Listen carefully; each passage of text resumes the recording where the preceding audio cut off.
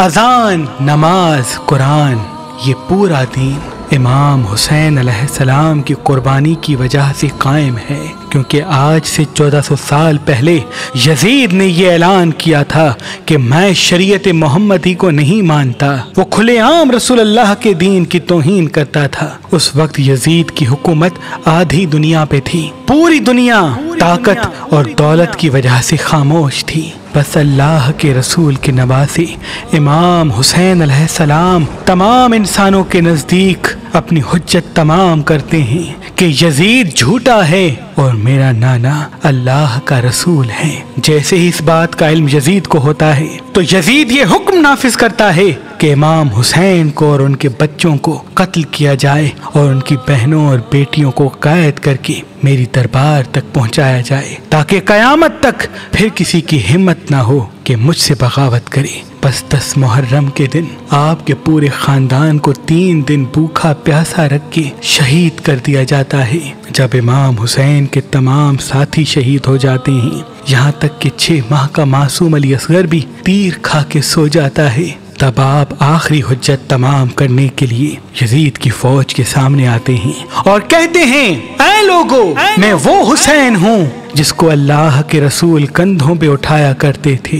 मैं वो हुसैन हूँ जिनको रसूल खुदा अपनी जबान चूसाया करते थे। जब जब मैं मस्जिद नबवी में आता तो हुजूर सल्लल्लाहु अलैहि वसल्लम मिंबर पे मुझे अपनी गोद में ले लेते थे और दुनिया को बताते थे कि ये हुसैन जन्नत के जवानों का सरदार है। ऐ लोगो, मैं तुम सबको पहचानता हूँ। तुम में से बहुत से लोग ऐसे हैं जिन्होंने ये मंजर खुद अपनी आंखों से देखा। क्यों मुझे कत्ल करना चाहते हो? मैंने तुम्हारा क्या बिगाड़ा है? मैं तो सिर्फ रसूलुल्लाह की नबूवत की गवाही दे रहा हूँ। यजीद के सिपाही कहते हैं कि यजीद तेरे बाप अली से नफरत करता है और हम यहाँ सब तुझसे तेरे बाप की दुश्मनी में लड़ने आए हैं, और हमें मालूम है कि जितना हम आले रसूल को तड़पाएंगे यजीद उतना ही बड़ा हमें इनाम देगा।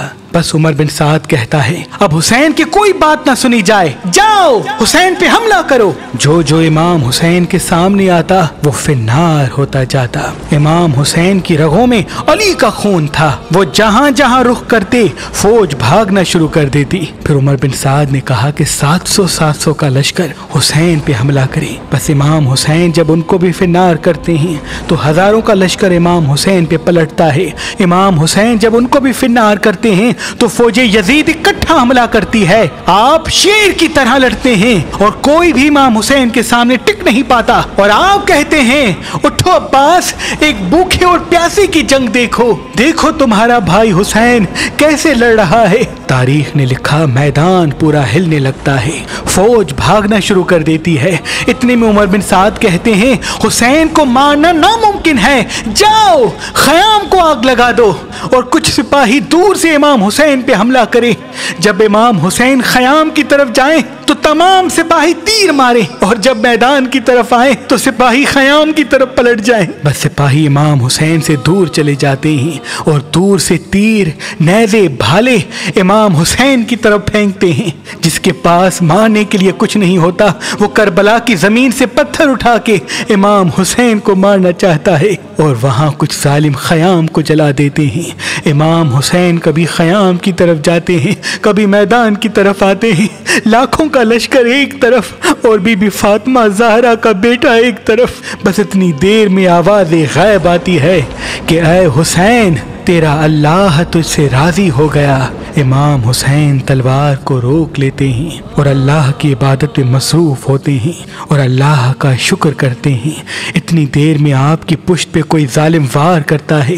आप घोड़े की जीं से जमीन को आते हैं। ये मंजर दूर से जैसे ही बीबी ज़ैनब ने देखा तो आप जमीन से कहती हैं, ऐ जमीन थोड़ी सी ऊपर हो जा ताकि मैं अपने भाई को देख सकूं, मेरा भाई घोड़े से गिर गया है। बस बीबी ज़ैनब जैसे ही देखे कि इमाम हुसैन सजदे में है और शिमर इमाम हुसैन के सर को काट रहा है, बस आपका सर मुबारक जैसे ही नौके सिना पे बुलंद होता है, कुरान की तिलावत करता है, सारे यजीद के सिपाही खुश होना शुरू हो जाते हैं कि काम तमाम हुआ, अब हमें यजीद इनाम देगा। और फिर सारी फौज एक साथ होके खयाम पे हमला करती है। खयाम के अंदर आ जाती है, बीबियों के सामान को लूटा जाता है, बीबियों के सरों से चादरों को खींचा जाता है, बीबी सकीना के कानों से बालियों को नोचा जाता है। बस बीबियां बेवारिस व मददगार जमीन करबला पे बैठी हैं और मक्तल में तमाम लाशें बिखरे हुए हैं। फिर इतनी देर में उमर बिन साद फौज को ये पैगाम सुनाता है कि यजीद का ये हुक्म है कि नवासा रसूल की लाश को इतना पामाल करो कि इसका जिस्म सलामत ना रहे, क्योंकि अरब में लाश को पामाल करना सबसे बड़ी तौहीन समझा जाता था। जैसे ही ये बात हुई तो मुख्तलिफ कबाइल ये कहने लगे कि कासिम की माँ तो हमारे कबीले से है, हम जनाबे कासिम की लाश पामाल होने नहीं देंगे। कोई कहता है अकबर की माँ तो हमारे कबीले से है, कोई कहता है जनाबे अब्बास की माँ हमारे कबीले से है, कोई कहता है असगर की माँ हमारे कबीले से है। बस जनाबे जॉन की लाश हटाई गई, जनाबे हुर की लाश हटाई गई, हबीब इब्ने मज़ाहिर की लाश हटाई गई, करबला के तमाम शहीदों की लाश हटाई गई। बस करबला की जमीन पे रसूल अल्लाह के नवासे का जिस्म पड़ा रहा और पूरी उम्मत में से किसी ने ये ना कहा कि ये हमारे रसूल का नवासा है। बस मशरिक के घोड़ों को मगरिब की तरफ और मगरिब के घोड़ों को मशरिक की तरफ दौड़ाया जाता है। इमाम हुसैन की लाश को पामाल किया जाता है। इमाम हुसैन का जिस्म जैसे ही पामाल होने लगता है तो आपके जिस्म के एक एक हिस्से से ये आवाज आती है कि ला इलाहा इल्लल्लाह मुहम्मदुर रसूलुल्लाह।